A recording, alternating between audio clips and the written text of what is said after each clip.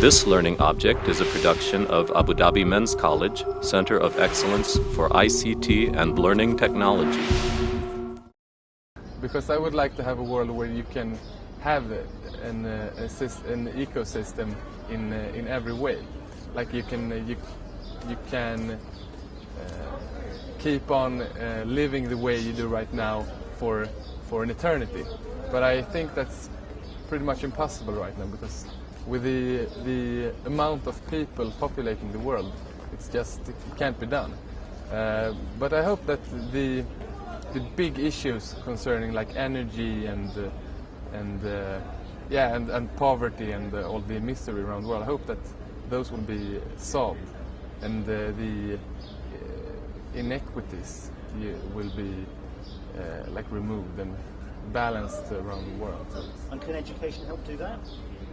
I think education is a big part of it, because when you have an educated people, you can start building a society based on facts and research, and you can come to conclusions where you can find possibilities to make the world a better place to be in for everybody.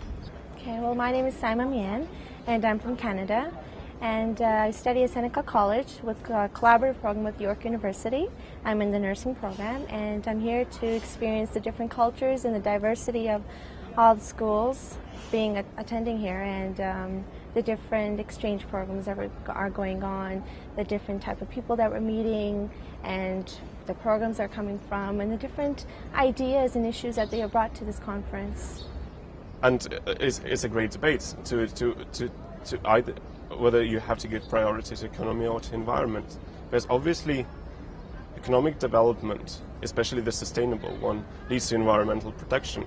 On the other hand, if the environmental protection is not pursued, then you can't develop economically in a sustainable way, in a sense that it harms you a lot, and this is what we see with the global warming and what kind of damages it creates economically. So they're very closely interconnected. I'm from Sweden, and we came because of the embassy approached us as members of the Royal Institute of Technology. They offered us the opportunity to come down, and I was down here in 2007 and really enjoyed myself, so I wanted to come back. Basically, education without borders. Global economy is here without any differences. We're talking to each other, exchanging our names and where we're from and our ideas without any borders with it. And the global economy, we're all over the world, so we have a big round picture of what's going on around the world. Yeah. My experience in the Education Without Borders 2009. It is really wonderful place, and it is wonderful opportunity, and this is my third conference I'm participating in. I started from 2005, 2007, this is 2009.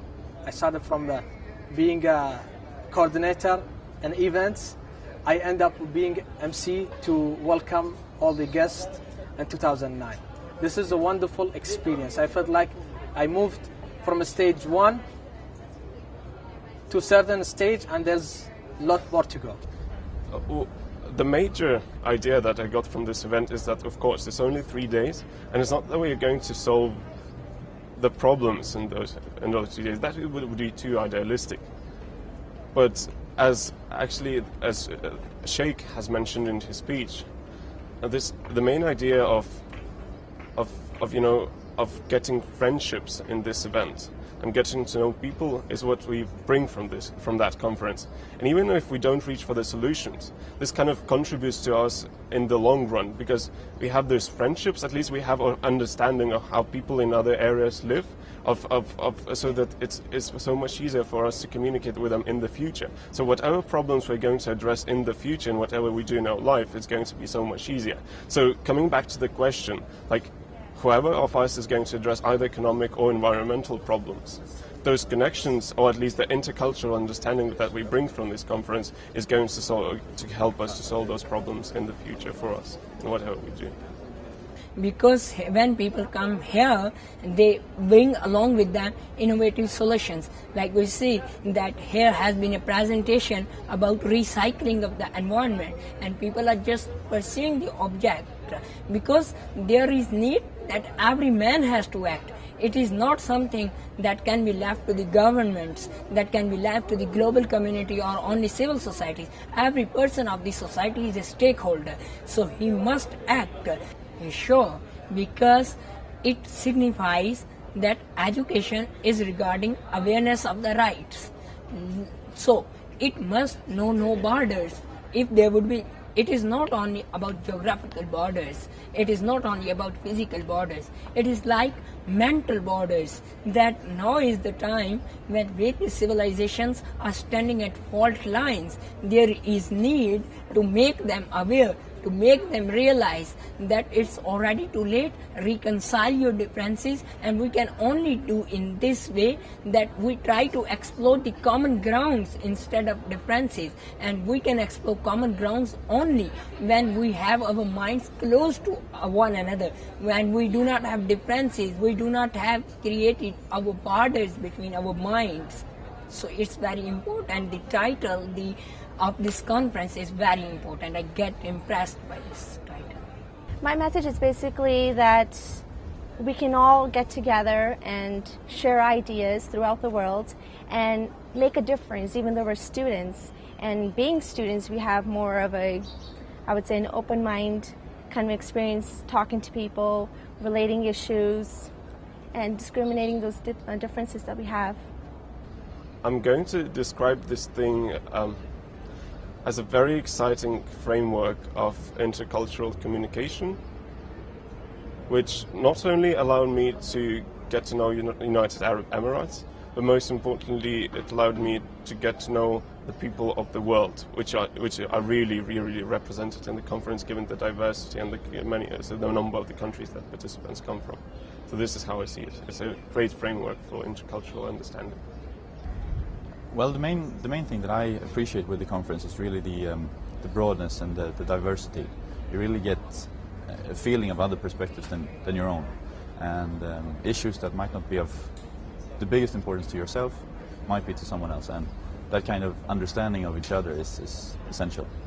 Yeah, my background is I grew up in a country town in Armidale in Australia, sort of halfway between Brisbane and Sydney, and then I went to university in Brisbane and ultimately ended up studying for a PhD in engineering at Oxford. And then I found out about the conference just through an email from a friend, and was really interested. Basically, my day-to-day work is very technical, and so it's great to be able to come to a conference like this where you can present to such a wide-ranging group of people, and sort of take a step back from the technical side of things and put the heavy science sort of in a wider context. Well, what has been reiterated is that we do have a lot of issues still outstanding, and we cannot solve them by just focusing on our specialty. It really is a question of broader kind of understanding and awareness. I think it's really important for people who are very specialised in their discipline to be able to communicate those kind of results to a wider community, and particularly in the sciences. I think there's a real danger that you can sort of get too tied down with your head in the maths, and sort of being able to step back away from that and explain your research to lay people, I think is absolutely crucial for science to be able to move forward. Is that what Education Without Borders means? I think it's definitely a part of it. I think I guess for me, my paper doesn't have very much to do with education in the true sense of I'm presenting on education techniques, but I think I've been educated by this process in that being able to communicate my kind of research and my hopes and dreams for where it's going to go to this kind of audience is a really good thing to happen.